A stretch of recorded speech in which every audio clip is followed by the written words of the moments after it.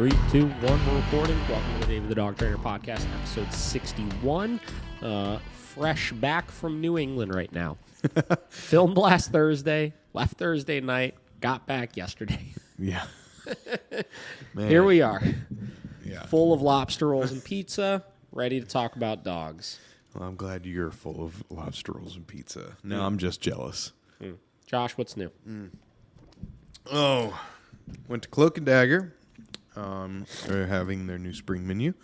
It's coming out in 2 weeks, I think. Go back there next Wednesday to get their food as well. I have a lot of stuff in the air. Balls in the air. Yeah, it's in the air. I need it to come back down so I can make the money. But it seems like everything's going to be falling to next month. I got that project on West 25th. I think that's going to be either the last week of March or the first week of April. I just had another restaurant hit me up, in a little Italian joint out in Italian joint. Yeah, Chagrin Falls area, I think. They're about to open up, but that's probably not going to be until April. It's some stuff with our good friend Alex Mazurko. Probably not happening until next month. It's like next month is going to be great, but it's like, come on, can I have some stuff now, please? I'd like to work on it now, you know? Yeah. So it's just kind of like a waiting game right now to get all these projects started. Yeah. So Nice. it's that weird limbo time. I think I talked about it last week, but now it's like for sure not happening until next month, most of this. So Yeah, I feel like some of those bigger projects, it's just kind of like a waiting game for them, you know? yeah, dude, I'm just like, But once they close, yeah, they're closed. gotta close it. You're good. All right, we got a couple random things to talk about today. Yeah.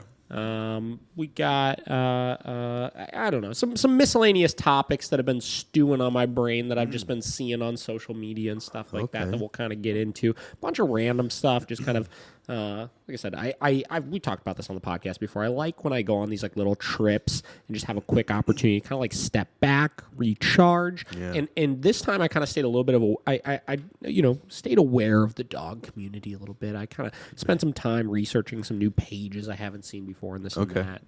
Just talk about some of my opinions I've been having on things. But first, I was telling Josh right before we started the podcast, listened to a couple really good podcasts in the last few days.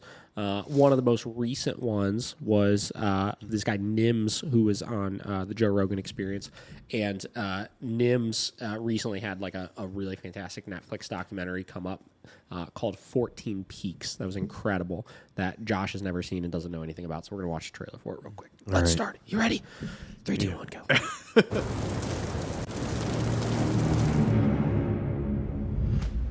When you are in the mountains,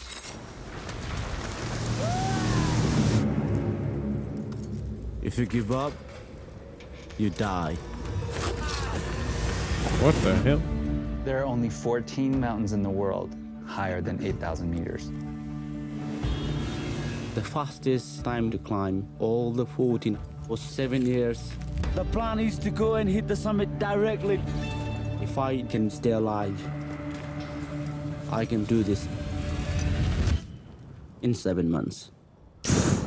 Jesus. It is a roll of the dice. Completely absurd. Tonight we drink, tomorrow we plan. The biggest strength I have is I have no fear. Supporting him. You have to be strong. Look, I got nothing more to give. I don't want my brother to die. You have to be willing to try. You are on the edge of life and death. It is a project not only for himself, but for all the Sherpas. If this was done by some Western climber, the news would have been 10 times bigger than this. Those guys are really, really risking their lives. Doesn't matter where you come from, you can show the world nothing is impossible. Giving up is not in the blood, sir. It's not in the blood. Jeez. Oh boy. Dude, you gotta go watch it. It was so good. Yeah. Okay, so basically he literally so there's 14 mountains in the world that are over 8,000 meters or feet or whatever it is. Yeah. Meters. And basically that is, they call like the death zone, where Yeah. your body cannot survive or like acclimate, to that height, obviously, right? Yeah. So he literally climbed all 14 of them, like to the summit, in 7 months. That's freaking And crazy. also the crazy thing is, like, they're all around the world. Yeah. Like, he had to travel to all these individual locations, and like he wasn't doing, like, typically when you climb them, even past the 8,000 meter point, right? Like up to that, you have to acclimate and go to like base camp and stay for a couple days. Go to base camp, stay for a couple days. He just like went. He just went to them and just freaking climbed them, dude. It was insane. That's crazy, man. It was unbelievable. I mean, like, this dude is like, talk about like a physical specimen of like a human. Yeah. Like, just willingness to just, and also like figure like how physically challenging that would be, dude, to do that.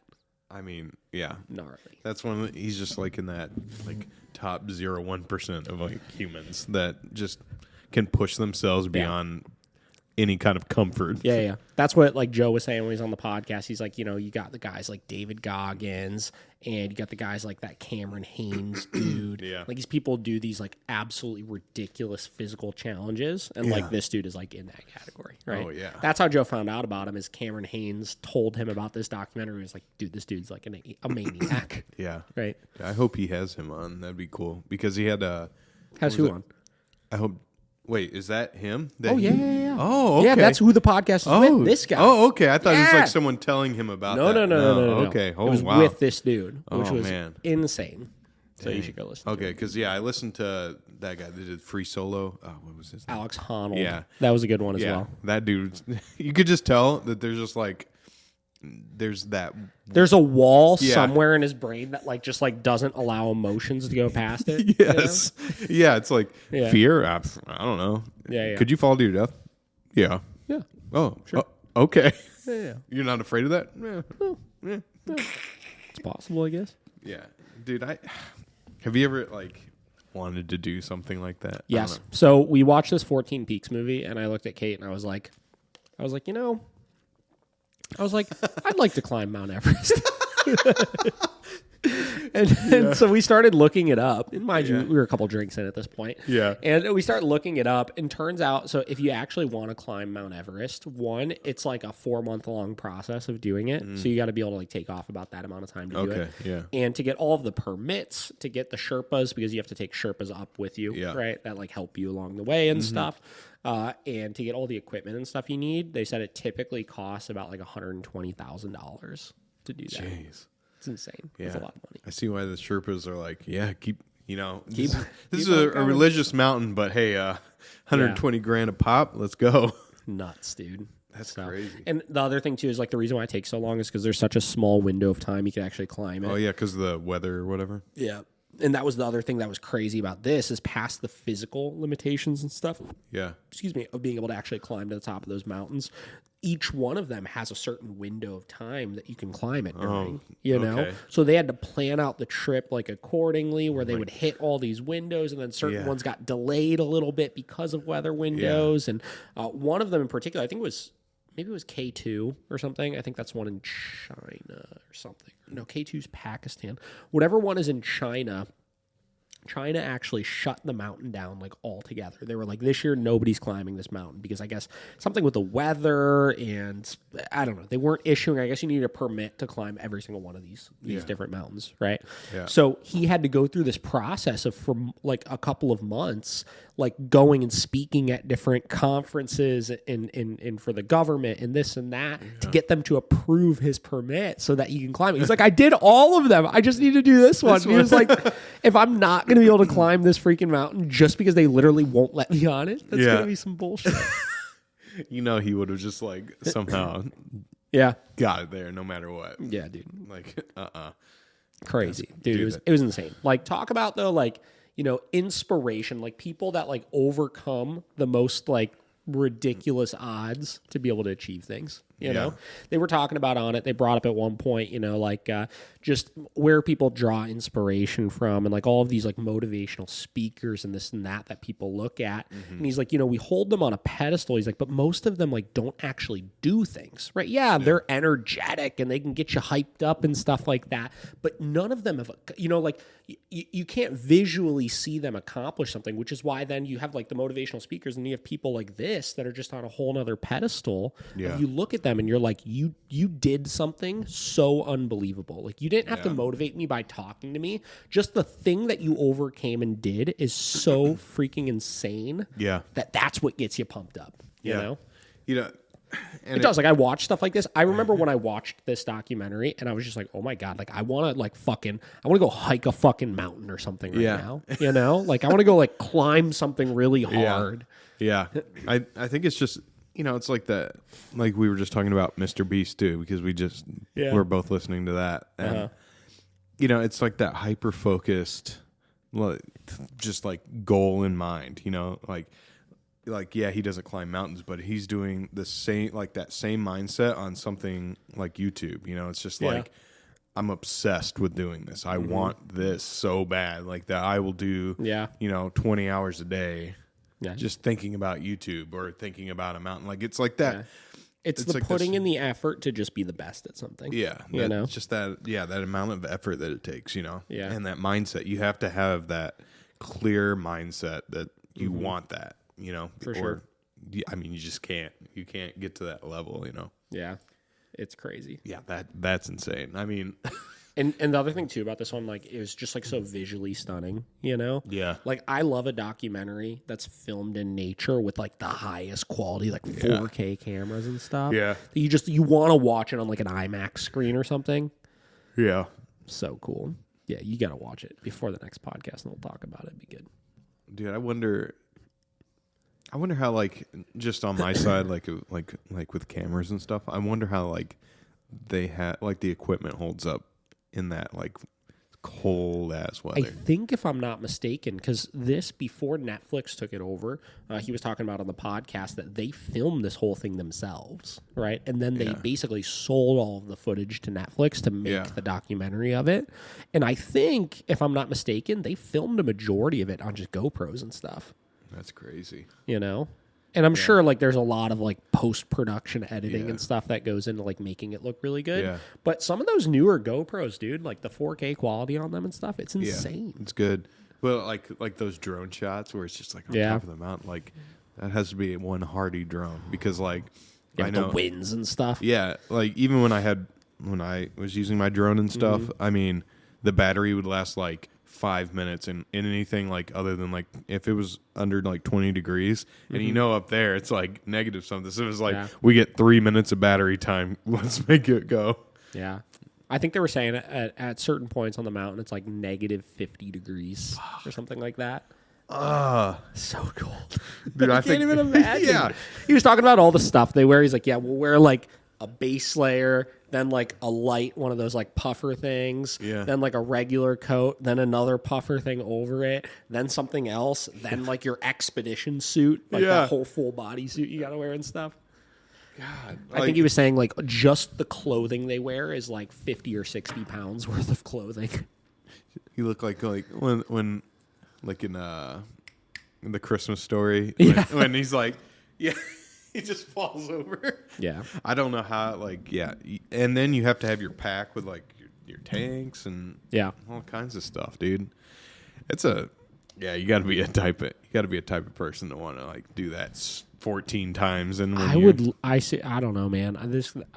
I feel like the idea of doing it would be so cool, though. You know? Oh, yeah. I mean, like, I don't think I ever would, but, like, given the opportunity, if somebody told me, like, hey, like, you could just have 6 months off, and, like, here's the funding to go do it and stuff like that, I feel like I would do it. Yeah, I mean... What else? Just to be able to say, like, you're probably one of, like, how many people in Cleveland do you think have climbed Mount Everest? Maybe one or two, you know? Like, how many really? You know what I mean? Yeah, maybe Crazy. Zero. One of my clients, Jason Radcliffe from 44 Steel, Julian, his owner, right? that dude is a badass. First off, second off, he went and he didn't climb Mount Everest, but he went to Mount Everest or to Tanzania, wherever it is, to climb to base camp. So like he hiked to like the first base camp and then back down. Yeah. But even that would probably be such an awesome experience. Oh, yeah. Can you imagine being at base camp around all these people that are just like, we're about to climb this freaking mountain and we might die, but here we go. And dude, base camp is no small feat either. That's I'm sure. Yeah. That's like right below that like death line or whatever. Well, I think there's multiple ones. I think there's like 4 different base camps. Oh, because I think you go to 1, then you stay there for a day. Yep, then you go to 2, then you stay there for a day. Yeah, you're right. You're right. Before you summit it, which is why I think they said it's like typically like a 2 or 3 month process. Yeah. And can you imagine you're like walking up there and you see like some of those people that didn't make it, all the bodies. Yeah, you're just like, okay, that's me. That could be me. Yeah, I might die. Yes. Well, if there's a snowstorm, we're screwed. Wow, crazy. Talk about, you hear every rumble, you're like, is that an avalanche? Yeah. Right? Can you imagine being buried alive in snow? Fuck. Terrible. Fuck that. Terrible. Isn't it funny, like something so like soft and fluffy could just kill you? Dude. No way. That shit is crazy. Yeah, dude. So whatever. Ridiculous documentary. You'll like it. Yes. Okay, so yeah, I mean, I'm trying to even remember. You see, I don't come prepared to these things. So good time away. So there were like a couple individual posts I remember seeing over the course of the last like 4 or 5 days that just like sparked some internal conversation and this and that, you know, for completely different reasons. Like none of them were like directly related to each other by any means. Okay. There were just some things that I saw that just started bringing up conversation. So one is there's a trainer in Cleveland. I truthfully don't know who the person is, right? But it sounds like she's been training for a little while now. She's been in the game for a little while. Doesn't have that much of a social media following and stuff like that. But basically, I got a text from a good friend of mine, maybe Saturday or Sunday night, something like that. Okay. Sent me some pictures of a dog. And it was like there was like 2 or 3 individual photos, and it looked like it was like a black German Shepherd mix or something like that. And the first picture was just your typical before picture of the dog, like before it went to training and stuff like that. And the second one was a picture of like a guy holding the dog. And the dog had like an abrasion on the side of its muzzle. Like it was a pretty big one. I mean, it looked like it was maybe like 2 inches. Okay. It was hard to tell. It was kind of like a blurry picture and stuff. But like there was like an abrasion on the side of the muzzle where it looked like it almost looked like somebody just like wiped the skin off like that. Okay. You know what I mean? Yeah, like just very hard to tell what exactly it was. Like honestly, it didn't look like anything I could have guessed what it would have been. You know, that would have caused it, obviously. But an abrasion nonetheless. And basically they said, oh, my friend sent their dog to a board and train with this place. And, you know, I guess the dog was supposed to be there for 3 weeks or something. And my times could be off here. The dog maybe was supposed to be there for 3 or 4 weeks. And maybe halfway through, they picked the dog up because it had that abrasion and I guess maybe like a puncture on them or something like that somewhere. And basically was like, what do we do about it? How do we report this, that, you know? And, you know, I didn't have any context of the situation. I was like, well, like, I don't really know what happened. The pictures are very hard to see. Yeah. You know? I mean, I obviously get the details. Yeah, for sure. You know, at that point, obviously, if you get into, like, reporting things and this and that, like, you know, there's, I'm sure, 9,000 different ways you can go about doing that. But nonetheless, it, you know, the next day I saw on Facebook, there's like some reposts going around of those same pictures and like a write-up that was basically like, you know, sent my dog to this board and train at X place. I actually don't even remember the name of the place, but you know, some dog training company that was in like the greater Cleveland area. And halfway through, I get an update picture, and when I zoomed in on the picture, I was horrified by what I saw, and I saw the abrasion on the nose, and they told me that it was from her rubbing her face in the mud and then it being dirty and it ripping the skin off. And then I was told that, another dog, she was going after another dog that bit her. And then I was told this. And then ultimately, obviously, she went to go pick the dog up, and the owner of the company that she was originally talking to was not there. And it was just some young kennel girl that was there that handed the dog off to her, and she wasn't there. And basically, avoid this place. There's horrible things happen, this, that, blah, blah, blah, right? Bad experience, obviously. Yeah. Right. And not discrediting any of that by any means. Like obviously when you send your dog somewhere, you expect them to be in the best of care, obviously. Right. And you expect to not have your dog come back with big ass abrasions on them and stuff like that. Right. I completely understand all of those things. And person is completely right to obviously be upset about the situation. Right. But it sparked a conversation in my mind, and it sparked this kind of like conflicting message that was going on in my head as far as like, I don't even know exactly like how to break, you know what I mean? Like how do we balance out, right? Like making sure dogs are in the best of care, right? And like expecting our dogs to be like properly treated for and stuff like that, right?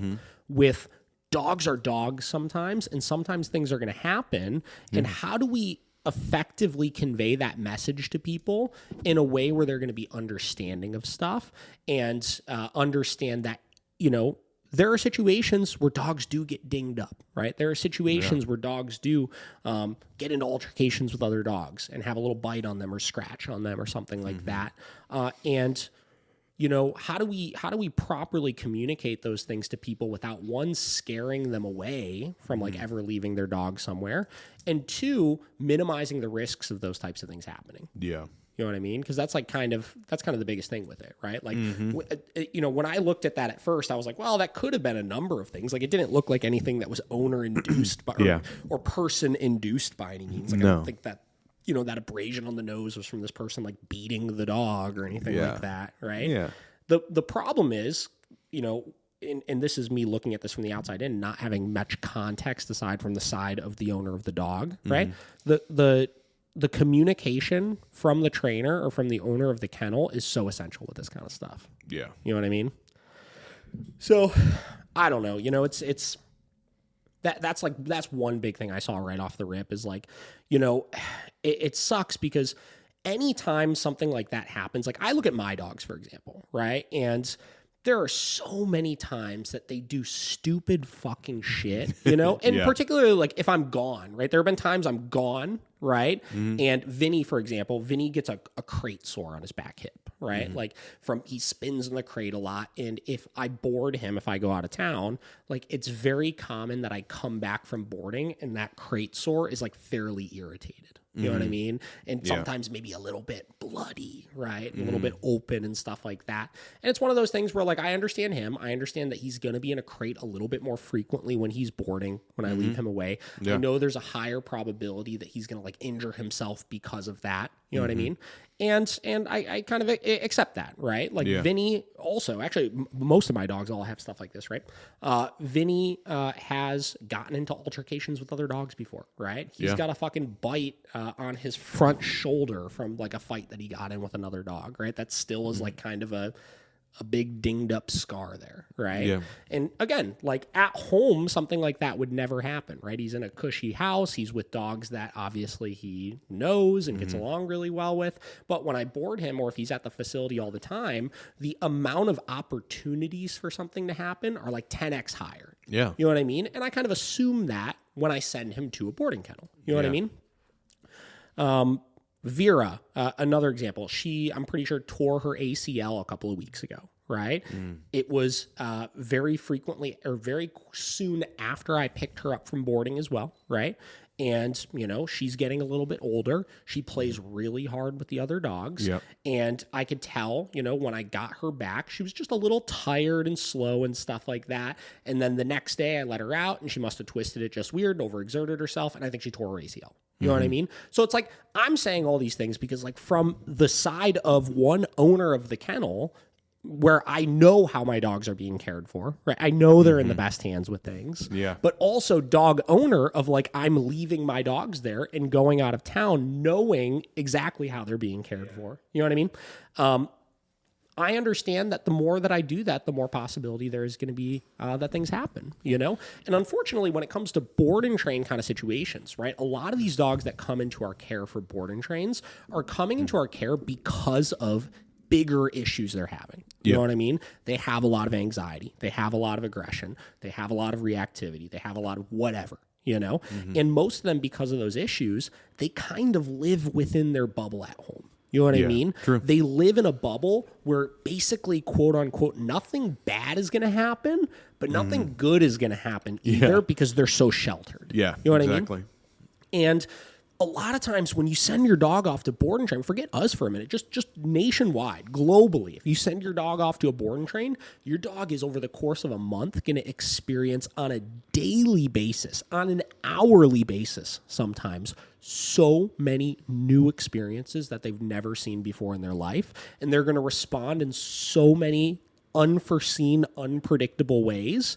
And occasionally that's going to create stress. Occasionally that's going to cause an altercation. Occasionally that's going to mean they come into contact with surfaces or plants or freaking whatever, you know what I mean? That can cause a problem. Yeah. Right. And I'm not justifying this by any means. Don't get me wrong. Right. Like we're going to get into the fault on the owner of this kennel in a minute and kind of break that down and stuff like that as well. But it is not uncommon that, you know, it's like sending your kid off to daycare, you know what I mean? Or kid, you know, on recess that scrapes their knee every 4 seconds because they're being a fucking psychopath. Yeah. You know what I mean? Yeah. Stuff happens. Yeah. Right? And again, I'm not sitting here trying to justify like you should expect that your dog is going to get beat up and stuff when you send them off to places, right? But we have to understand that stuff happens sometimes. Yeah. You know? And which is why the first time I saw that, I was like, you know, I saw it and I was like, oh, that sucks. Like, it sucks that dog got that abrasion, and I would want to know what happened that caused it, obviously. Yeah. Right? But when I was reached out to, like I said, to basically right away be like, how do we report this? I was like, well, I don't know what happened. You know what I mean? So Yeah. I'm not going to tell you, go report it to call the fucking police, all this Yeah. bad shit was happening, because I don't know. Yep. You know what I mean? But getting into the issue, you know, as business owners, right, as owners of kennels, as attendants at kennels, right, you know, a lot of this comes into the responsibility of the staff that's caring for these dogs as well. You know, it's our job to keep people as in the loop with those types of things as possible, you know, and, you know, because we as people that work in the kennel, we look at things like that. And let's say this dog realistically did, I don't know, like literally like dug its nose into the mud and scratched its nose on like a tree branch, pulling its nose out. You know what I mean? Like that could have been something that happened, obviously, right? We look at that and, you know, if that were my dog, say Vinny did that outside, I would look at him and be like, you fucking idiot. You know what I mean? Like, say he did that in the backyard right now, I'd look at him and be like, you are such a fucking idiot. And I would clean it out and we'd be past it. You know what I mean? It wouldn't be a big deal, right? If it started getting infected, I'd take him to the vet or this or that, but like, it's not that big of a deal in my eyes, right? But, right? That's because it's my dog, right? And I saw it happen, and I know exactly what happened, right? And I know it was just him being an idiot doing it. So when it comes to your clients' dogs, if it's something like that, right? If it's something like we see commonly, dogs lick their knuckles, right, on their paws. They'll develop like irritation on there, just as a like stress thing, right? Or a boredom thing, or like any number of things, right? Or they start developing irritation on their butt or on their stomach. We'll see sometimes because they're laying on harder surfaces, or they're going out and about and doing downstays on concrete and stuff like that, right? Or anything, right? Any sort of irritation like that where we know with 100% certainty this is just a self-induced thing by the dog, right? And that there's nothing that we did to cause this, and it's not a big deal. It's going to heal. You know what I mean? The dog is going to be fine. It's our job to triple extra make sure we keep people in the loop on those types of things. And have the empathy to be aware if that person is irritated about that with us, even though we didn't do anything about it. Hey, listen, I understand. I completely get why you're irritated about this. right? We don't want this to happen just as much as you don't want this to happen, but you have the nice conversation with them about the reasons why it happened, the reason why it's more common those things will happen when you send your dog away somewhere, the reason why it's not that big of a deal, putting the ball in their hands of like, hey, how do you want to handle this? Some people are very, very strict about like, they get even a scratch on their dog. They want their dog to go to the vet to make sure it's clean and have antibiotics and stuff like that. You just, communication is everything. This kind of stuff is basically, long story short, what I'm getting at with this, right? So I'm saying all of these things, one, to let people know that are listening to this that may have sent their dogs to board and trains in the past, right? Or getting ready to send their dog to board and trains or something like that, or just board their dog or whatever it may be. Stuff happens, right? And you gotta understand that to some extent. You know what I mean? And then I'm saying this for all the trainers that are listening, or all of the owners of kennels, or all the employees, to just basically have some empathy with these situations. It sounds like this trainer shot herself in the foot because the second that, one, it sounds like she didn't let the person know until the owner found out themselves through seeing it on a picture that was sent to them, right? Which is mistake number one, right? Mistake number two is when she was confronted about it, it sounds like the trainer got a little shitty because she was pissed off that this lady was like maybe kind of accusing her of maybe she did something, right?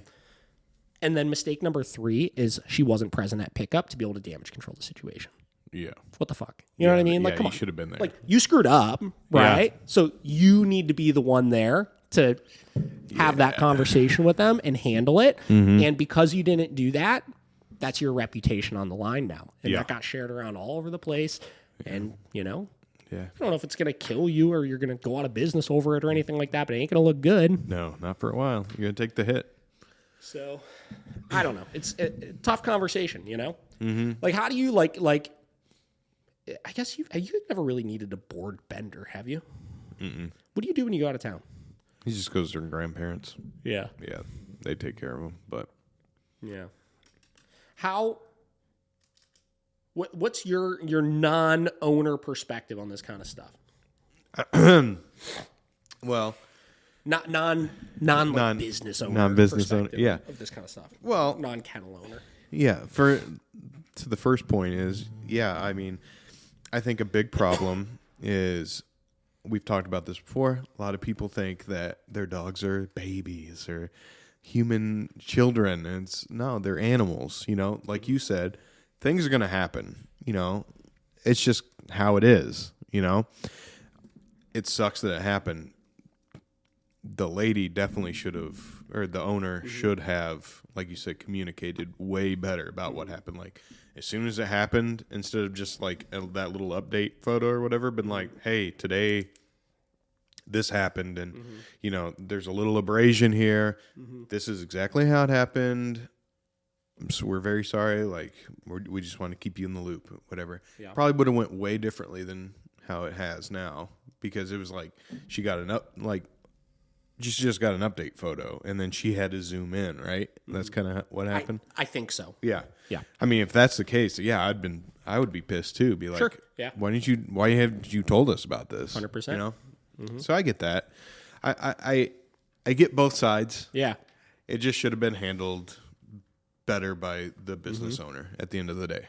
Yep. You could really, because people don't want to have the uncomfortable conversations because they know in a lot of these cases, the owner is not going to be thrilled if you call them and say there's something wrong with their dog. Yeah. Right? 100%. Like, even if it's something minor, it could be the most minor of minor things.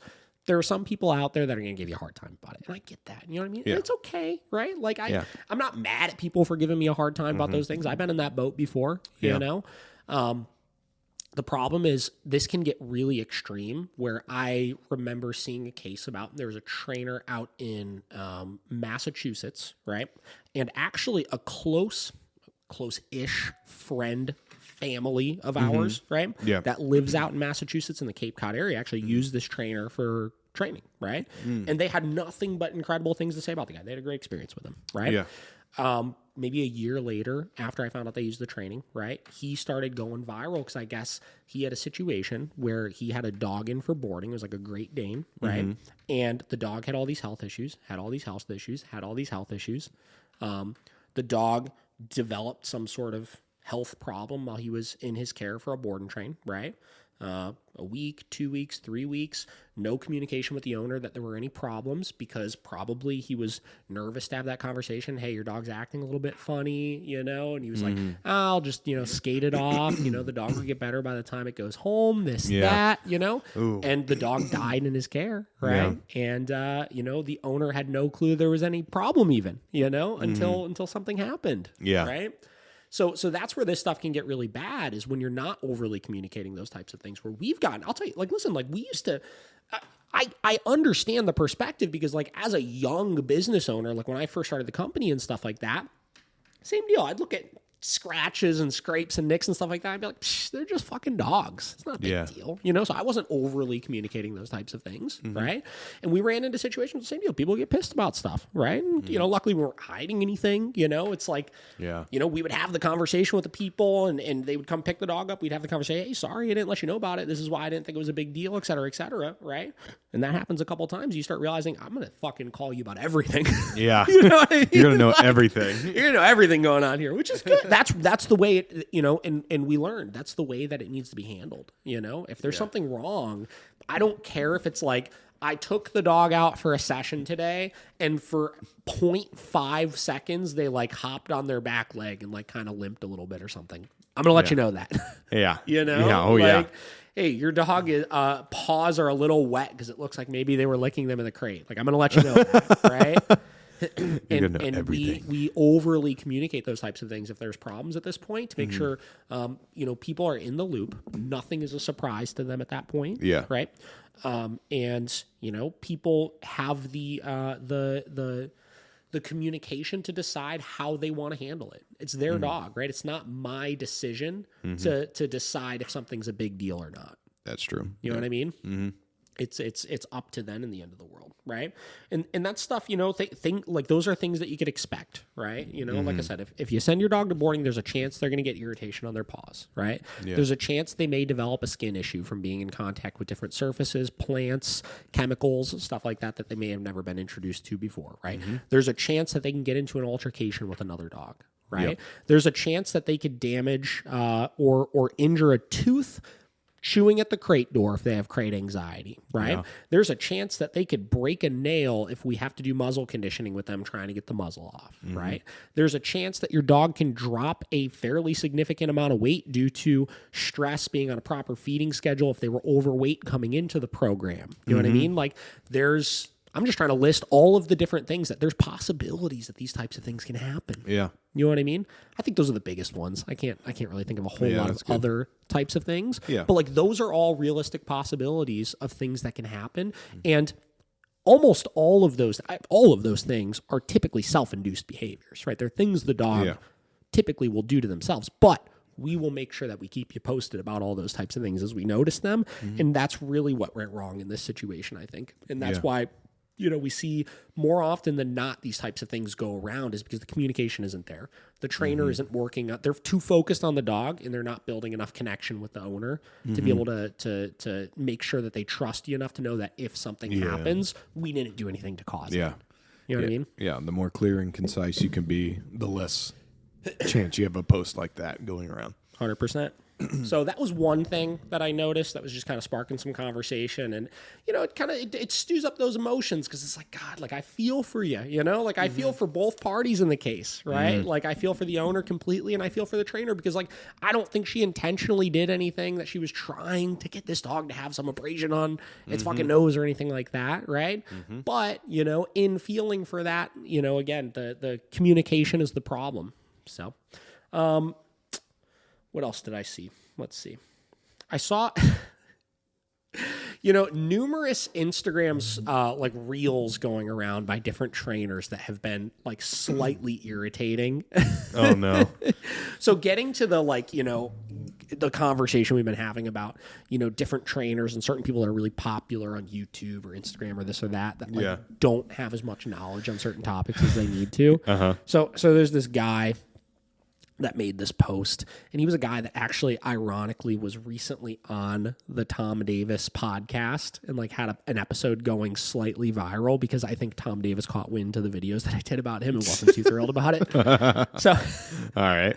And listen, let me clarify some things with that as well, because I had like one person in particular, like on Instagram, like giving me some heat of like, quit bashing on Tom, this, that. My intention was not to bash Tom Davis with all of those posts that I was making, right? That was not what I was trying to get at, right?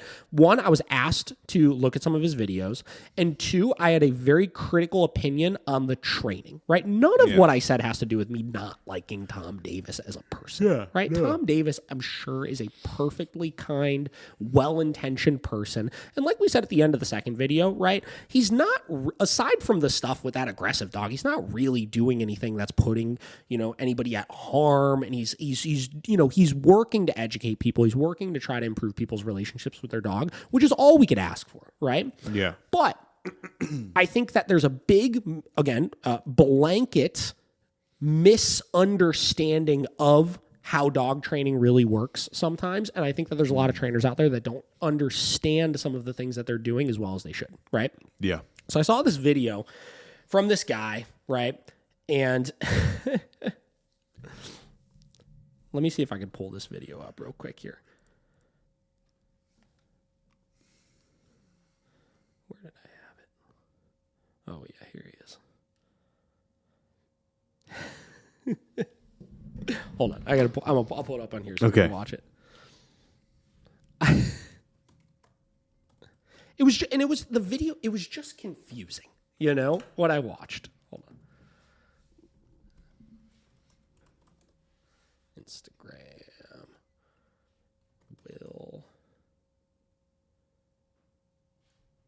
This guy. Will Atherton. Okay, so he made this post the other day. Let's see which one it is. Is it this one maybe? Big old bearded guy.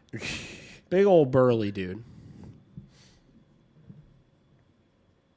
Oh yeah, this is it. All right, here we go. Correction. For biting, what I recommend, same principle. It has to be timed efficiently, but as soon as the dog makes the decision to decide to start to mouth, you grab them by the collar. We're not talking about grabbing them by the scruff of the neck to design harm, but we grab them by the collar and we hold them sternly.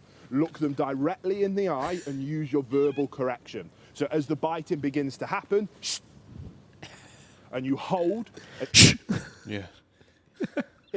the energy starts to decrease. When they start to relax, yes, and we let go. If they ramp the behavior back up again, same principle. Grab them, verbal correction, and hold. We're not shaking them, we're not hurting, we're just holding them in place and waiting for the energy to come down. As soon as that energy starts to come down, we can let go and let them know, yeah, that's what it is that we're looking for. Okay, so listen, I don't know this guy, whatever. Yeah. He's been another popular YouTube dog trainer. I'm pretty sure he posts a lot of these clips of him just talking to the camera, which is fine, right? So here's the thing, right?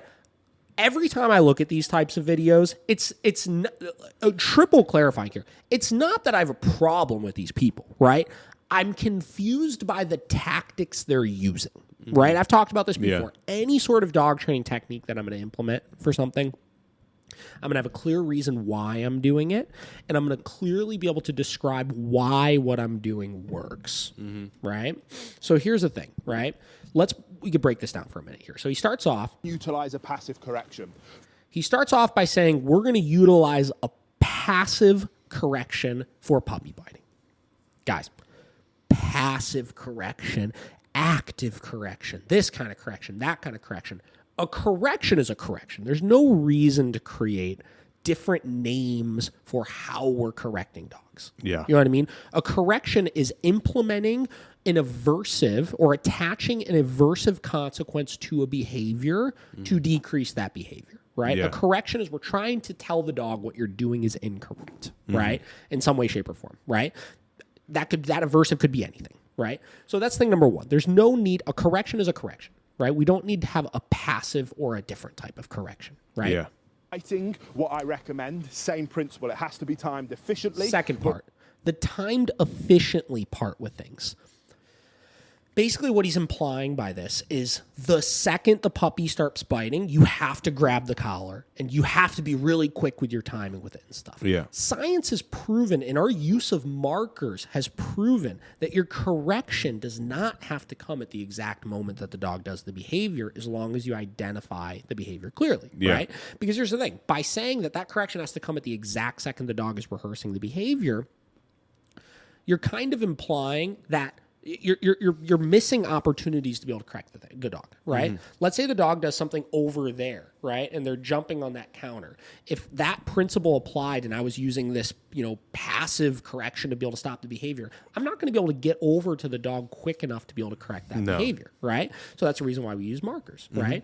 And we'll get into the consequences in a minute here in the use of the collar grabbing and this and that, right? But that's the reason why we use markers, right? So dog does the behavior. I identify the mistake, right? I tell them no, and I don't need to do it, you said, sternly or this or that. I just identify the mistake with a clear mark. Nope, that's incorrect, right? From there, I've bought myself the time to go and give the consequence. And the consequence doesn't need to be this big event. You know what I mean? It doesn't need to be this event of grab the collar, right? And then look them in the eye and and no and this and that. You know what I mean? Like, because that... all that is like, people talk about like the dog whispering and stuff like that. And like you're projecting energy on the dog and this and that. All that's doing is just like basically intimidating the dog out of the behavior, but it's not very clear as far as like what you're correcting for. Because here's the thing, by the time you grab the collar, the dog is no longer biting you. Yeah. Right? Meaning that when you're looking them in the eye and telling them, shh, right? You're not attaching it to the behavior. You know what I mean? The dog's no longer biting in that moment. So because they're no longer biting in that moment, it's like, what's the correction for? The correction is just for the dog looking at you. The dog's just for being next to you. It's not going to be clearly perceived by the dog as if I told the dog no when they were biting and then I gave a correction, pet corrector, right? Leash pop, whatever. You know what I mean? Yeah. So moving on. As soon as the dog makes the decision to decide to start to mouth, you grab them by the collar. We're not talking about grabbing them by the scruff of the neck to design. So then you get into, you grab them by the collar, not by the scruff of the neck, because we're not intending to do harm. It's like, well, here's the thing. If we're using a correction, right, we have to define what is the correction. What is the dog perceiving as aversive that's deterring the behavior, right? Yeah. He said in a minute here, he's like, well, we use a verbal correction for this. Well, if you're using a verbal correction and your shh is enough, why do we need to grab the collar then at that point? Yeah. You know what I mean? If the collar grabbing is what's actually aversive and what's deterring the behavior, why do we need to add the shh in? You know what I mean? Yeah. It's confusing. It doesn't make sense. It's like, then you could say like, well, the whole event of me doing all of those things is the correction. It's like, well, that sounds completely unnecessary. You know what I mean? You could find something much more efficient to be able to give as your correction then in that moment, right? So whatever. And here's the thing too. Let's say the dog perceives grabbing the scruff of the neck as aversive. That could be the correction as well. Let's say my dog was motivated by me walking up and grabbing their scruff. I'm not saying anything, just scruff, right? Yeah. I could attach that to a behavior, right? If I'm using my markers properly, dog jumps over there, I tell them no, I go over, I do a quick grab. He perceived that as aversive. I've successfully attached that aversive event to jumping on the counter. I do that consistently enough, the behavior goes away. Really simple. Yeah. You know what I mean? But we grab them by the collar and we hold them sternly. Look them directly in the eye. And then you get into the eye contact, right? So is the eye contact the aversive moment? Yeah. It's this whole event is very, very confusing. It doesn't make sense. Yeah. Your verbal correction. So as the biting begins... Yeah, so he's implying the passive correction is a verbal correction here. Yeah. Right? So a verbal, you know what I mean? Like an aversive only works if the dog perceives it as aversive, right? Mm-hmm. So there are a lot of dogs that aren't going to give a shit about this if you do this, right? Oh, yeah. You go to do that to some dogs, one, they're either going to laugh at you, or two, they're going to challenge you back, which puts you in a vulnerable place. I've seen a lot of times with puppies that are really hyped up and biting. You go to grab their collar, they're just turning around and getting amped up because you're restraining them, and they start trying to bite you even more, right? Because there's nothing that they perceive as that aversive by that. They're just being held back at that point, which amplifies behavior. That's what this one says right here. She will bite towards my hand if I grab her collar. Yeah, just keep holding until she calms while she continues to bite me. You know what I mean? Like that's a flawed mentality as well, right? happen, and you hold until the energy starts to decrease. When they start to relax, and then it's like, okay, cool. Is this an energy problem that we're correcting, or is this a biting thing we're correcting? You know what I mean? Because it's like, okay, cool. We want the dog their energy to come down right now. It's like, well, the energy isn't the problem. The dog's ability to control themselves when they're energetic and not bite is the problem. Yeah. yes, and we let go. If they're Then a mark at the end, right? So then he implements a mark when the dog calms down, which would not be necessarily incorrect, right? Yeah. If you want to mark and identify the correct choice after you've corrected for the first one, that's fine. But a yes marker means nothing by itself. Yeah. You know what I mean? Markers are verbal things that we're doing, right? Verbal cues, verbal commands simply are cues for things or marks for things. They don't have any inherent meaning by themselves. Yeah. Sit, down, bed, stay have no meaning unless we've taught and connected a physical thing to it. No, yes, good, whatever, our markers that we use have no inherent meaning to them unless we attach something positive to them, right? So the only way that would work is if we were properly adding a reward then at the end of it, right? the behavior back up again, same principle. Grab them, verbal correction, and hold. We're not shaking them, we're not hurting, we're just holding them in place. But it has to be stern enough that they find it aversive. You know what I mean? So here's the thing. So when I look at something like this, people ask me, okay, cool. This guy, the big question is puppy biting is one of the main topics that I'm asked about. One way of dealing with puppy biting is using a passive correction. It's like you're just giving a correction, right? But you're giving a very confusing correction. So let me give you a couple ways to stop puppy biting here, right? One, have a clear marker that you use, right? A marker allows you to specifically identify a behavior very rapidly so you have the time to deliver a correction. We're going to use no for that, right? So forget everything. Put all this to the side for a minute, all this passive correction stuff, right? Start using a marker, right? And it's not no. It's not no. It's just one no, right? That allows you to connect your consequence to your behavior, right? Thing number 2, figure out what your puppy's motivated by. What do they find aversive, right? Couple techniques that I typically will implement for this kind of stuff. Pet corrector. Can of compressed air, big burst of air, startles the dog. Some dogs find it very aversive, some dogs don't, right? Yeah. Thing number 2, leash correction on a prong collar. If they have a prong collar on their neck and a drag line on, you can grab that. You can give a firm pop on that. Some dogs will perceive that as aversive, right? Thing number 2, if the dog is a little bit older and they're e-collar trained, an e-collar correction. A high enough level that they find aversive, right? Dog does a behavior, tap, right? Thing number 4, a bonker, right? The one that everybody hates, right? What is it? A rolled up towel. You throw it at the dog. It startles the dog. For some dogs, highly, highly effective, right? Another form of correction, right? I will use a physical correction sometimes with dogs, with puppies with puppy biting, where you take the lip, you curl it over the tooth, and you squeeze, right? It pinches that skin real good. They find it very aversive, right? Any one of those things may or may not work for your dog, but you have to determine which one they're most motivated by. What are some other ones? Spray bottle filled with water or filled with apple cider vinegar. Apple cider vinegar typically works really well because they don't like the odor of it. So in addition to that spray, they get the odor, which they dislike as well, right? Another one, pennies in a jar, right? You could either throw it at the dog or you could shake it really firmly at them, right? Now, any one of those corrections, once you figure out which one your dog is averse by, all you have to do at that point is attach that correction to that behavior, meaning the dog understands that when I do this, this happens. When I do this, this happens. So what happens? Let's say we're using pennies in a jar. Let's say this is my pennies in a jar, right? I'm hanging out with my puppy. They bite me. The second they bite me, you have to identify the behavior. No. Forget anything else. Don't worry about getting your pennies in a jar yet at this point. Identify the mistake. No. You've clearly identified the mistake. I have no expectation the dog is going to stop doing it at this point, but we've clearly taken a picture of the behavior, right? From there, get your thing. Don't say anything else. Throw, shake, whatever. Right? You're good.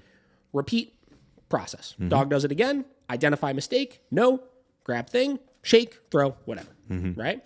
Do that a couple of times once you've had some consistency of doing that. And again, you don't have to be stern. You don't have to be firm. You don't have to look them in the eye while you do it. A marker doesn't do anything. All it does is identify a behavior. So it doesn't have to have any emotion behind it because the tool we're using, the consequence we're applying is actually what is the consequence for doing the behavior. Right? Say you're doing an e-collar, right?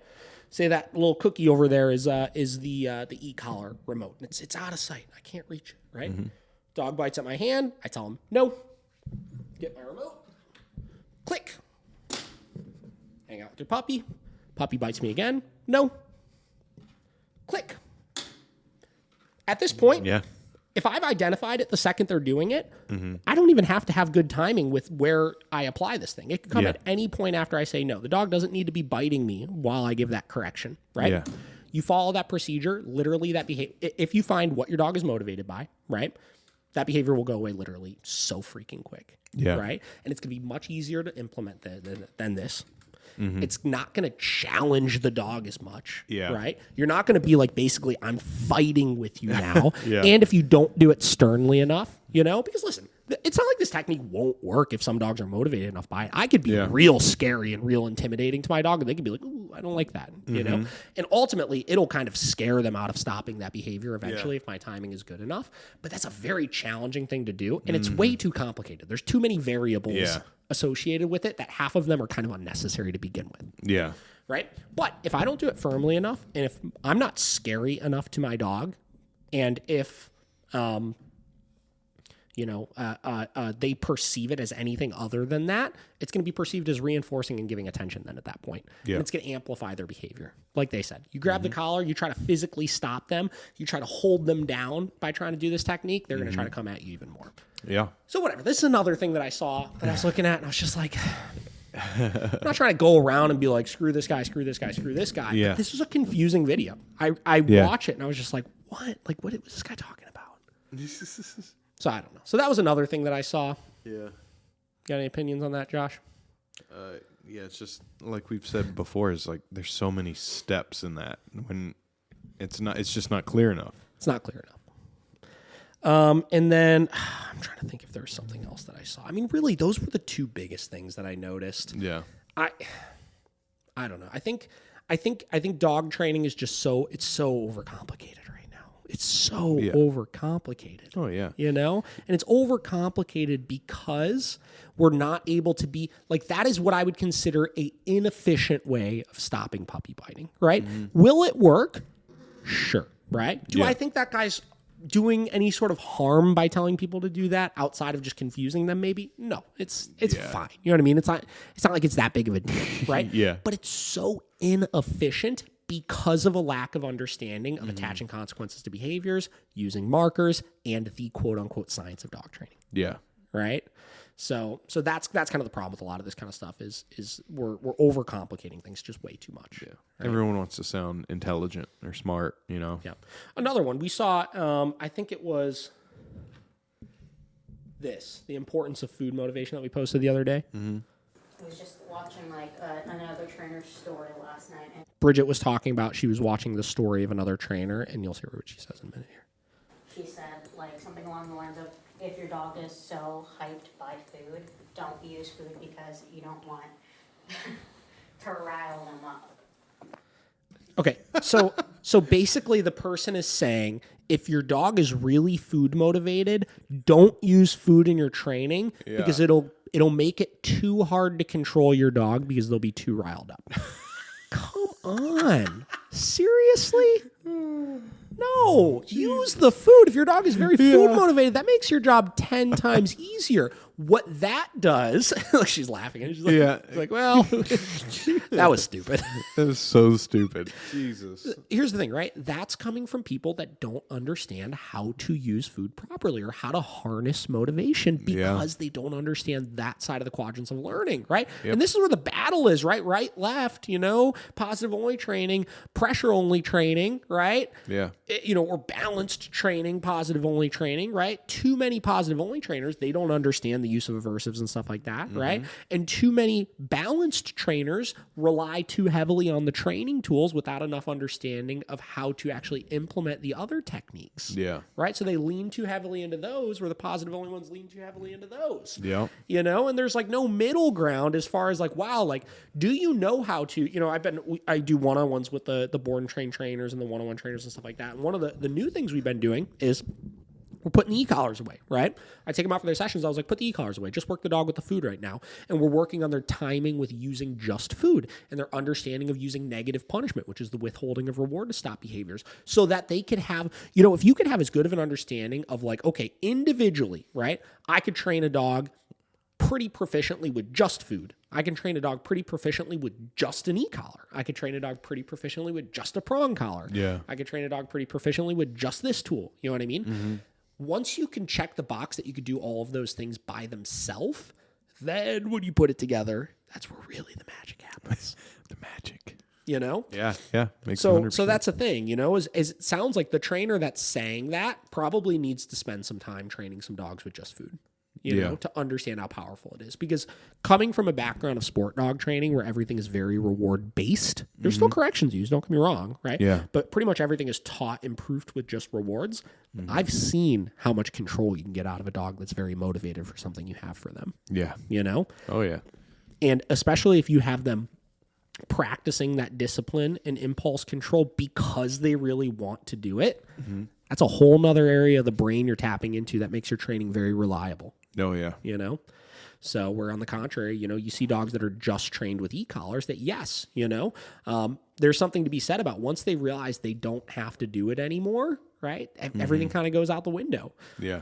So, by balancing both ends, you understand you have to do this, but you also want to do this a little bit. That's where the magic happens. Yeah. So I don't know. So those were like the thoughts of me over the last week here, while I was out of town, and some things I've been kind of stewing on a little bit that I want to just kind of break down and discuss a little bit. So good points. What do you think? Love it. You got anything else? I don't know. Do you want to look at that picture? Show me the picture, Josh. All right, I'll send it. What do we got here? I'll send it to Miracle. Give me some context when you send it to. Okay. So we were. Devin saw this video last night, and then she went to this. They called Sawney Dogs. I'm going to send it to Miracle right now. And a lot of people, because she was going through the comments, you'll see. It should come up there. But they're a board and train and daycare facility, I believe. And they take pictures with these massive amounts of dogs in these like tight little areas. And a lot of people were like kind of asking them like, this seems like it's a kind of a bad idea. There's so many dogs. Yeah, and look at this guy. I like his hat. Yeah. But how many dogs is this? Let's see. 1, 2, 3, 4, 5, 6, 7, 8, 9, 10, 11, 12, 13, 14, 15, 16, 17, 18, 19, 20. I mean, that's probably about 60 or 70 dogs. Yeah. It's probably about 70 dogs would Yeah. be my guess. And that's not the craziest one. There's the one I showed you earlier, where it's like their main. This is that same guy. Wait, where's that? Yeah, that. Whoo! Hot damn. Yeah, that's the one. Like, look how many dogs, dude. Oh man! And then he'll have videos where, he's trying to get them all to look. So he has some kind of reward in his hand. Look at this comment. Wonder what the handler to dog ratio is, and I doubt a fight would be able to be broken up safely with this larger group. Yeah. Yeah, I mean, like, here's the thing, right? Like, so safety of animals isn't something to jeopardize just for a photo. I'm not going to boost engagement on this post just to prove how stupid it is. Anyone who knows how to properly care for dogs in a safe manner can see how wrong this is. Man. So this is like, what were you to say? Sorry. I was just going to say, some of these, like, he's a salty poster, like, responder. Oh, is he? Yeah. Yeah, it's funny. I'll try to find some while you talk about it. I don't know. I mean, so here's the thing. One, I can't tell the context as far as the size of this space, but this looks like a lot of fucking dogs with very little space, right? Like some of these photos, like right here, that's a lot of dogs in a very, very tight area, right? So here's the thing. I have a lot of opinions. We're going to do a podcast maybe next week or something on just my thoughts on the current state of like daycares in general. Right? Yeah. Because I'll tell you, in my opinion, and we'll get more into this, there's a reason why we stopped doing formal daycare, right? I really think that the idea of traditional Or your quote unquote structured daycares ran by balanced trainers, right? Even us, right? Our daycare we used to run. I think there's a lot of flaws with it, you know? And I think there are a lot of safety concerns when they're not ran 100,000% properly. And even when they're ran to the absolute best possible ways. Like we ran ours pretty freaking well. We had very minimal issues in our daycare, you know, because we were very on top of things. Yeah. But the reason why we had so little issues is because we had to stay too on top of things, which wasn't productive for the individual dog socialization, right? So it was just for the purpose of the owner feeling like, oh, I take my dog to daycare and they go in this group of like 30 dogs all day long and they have so much fun, you know? So then you get into your like quote unquote like unstructured daycare like this, or daycare that's not like fully ran by like a training company. You know, they're like a doggy daycare first, and typically those are the ones that do a lot larger of numbers. Like we got some around us. They do like 75 to like 120 dogs a day, which is just fucking ridiculous. This is probably, like I said, this is probably like 75 or 80 dogs would be my guess. Oh, easily. Right? Sure. And here's the thing, right? They also have minimal issues because their safety protocols that they put in place are basically at the first sign of any sort of like, not even aggression, but like dominant looking behavior, mounting this, that. Like they're typically just kicking these dogs out, right? Like we have a lot of dogs that used to come to our daycare and come to our day enrichment at this point who have gotten kicked out of other daycares before simply because it's like, well, my dog was just like too rough of a player, or like things like that. You know what I mean? So, you know, kudos on them for trying to keep things safe, obviously. I'm not trying to bash them for it. But, like, the problem is, like, how is that productive for the dog then at that point? You know what I mean? Like, you're painting this picture then that these dogs are bad dogs because they don't fit into this ridiculously unrealistic setting. You know what I mean? Yeah. Then you get into like, okay, cool. Like, what is the purpose of daycare? Right? The purpose of daycare is for these dogs to learn how to interact and play properly with a multitude of different dogs, right? Now, I know most dogs that I work with, their play style is frantic and rough, and they're bouncing around all over the place, and they're being crazy, right?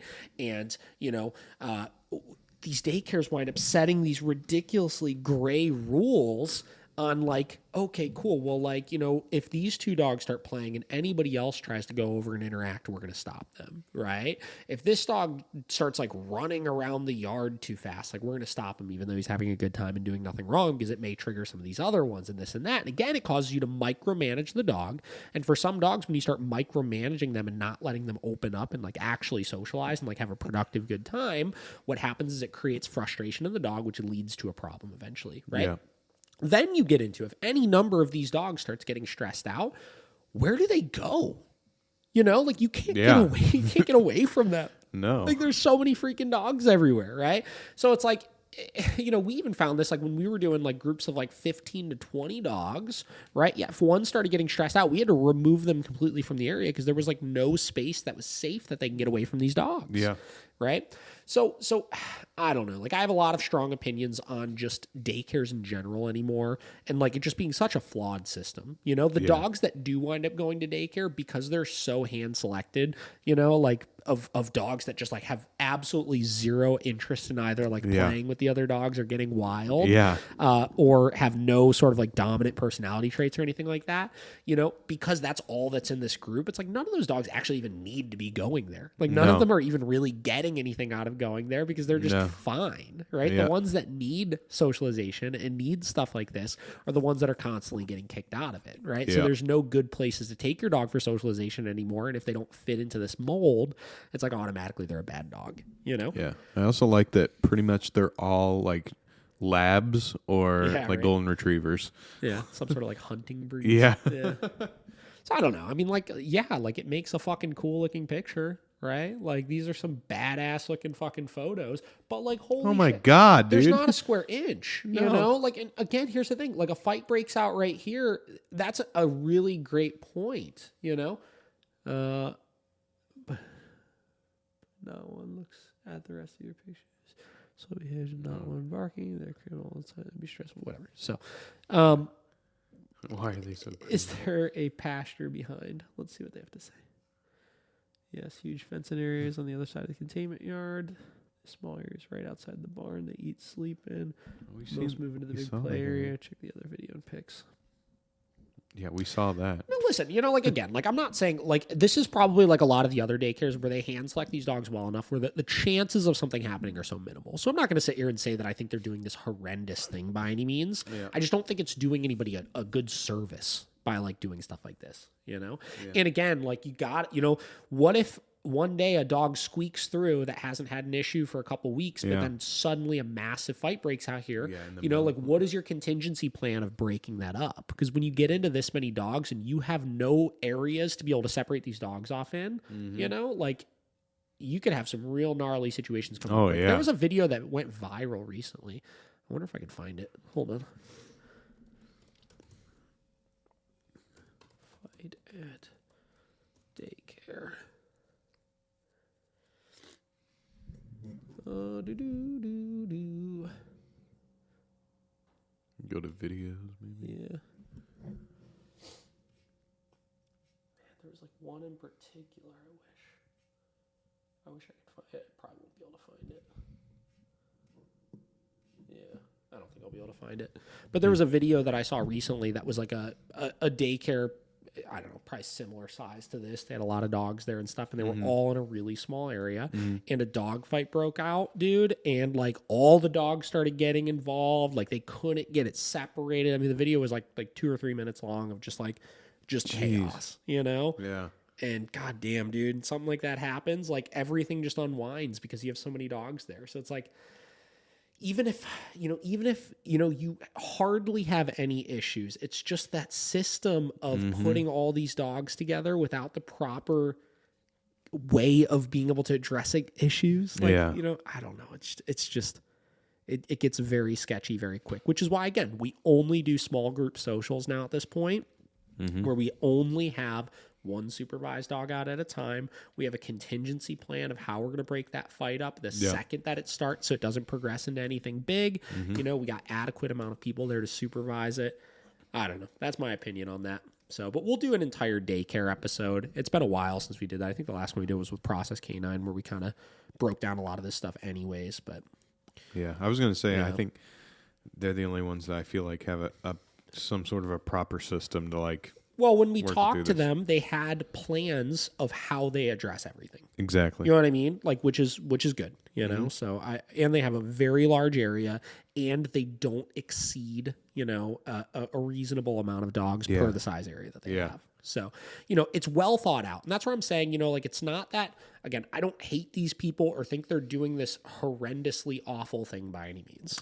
I'm sure that they're hand selecting these dogs well enough where the chances of an issue happening are so low, and they're doing their part to make sure that they're mitigating those risks, obviously. But I just think that the downside outweighs the upside of doing some of this kind of stuff. Oh yeah. So I don't know. What else? You got anything else, Josh? That's it. Just All wanted right. to bring that one to the table. So today was these are the thoughts of David the dog trainer while he's on vacation. The things I think about. So hope you guys enjoyed it. If you guys have any topics you want to hear about, let us know. We'll get back to having some guests on, doing some reaction stuff here soon. Today was just another mishmash. Yep. So hope you enjoyed it. Have a good one. We'll see you.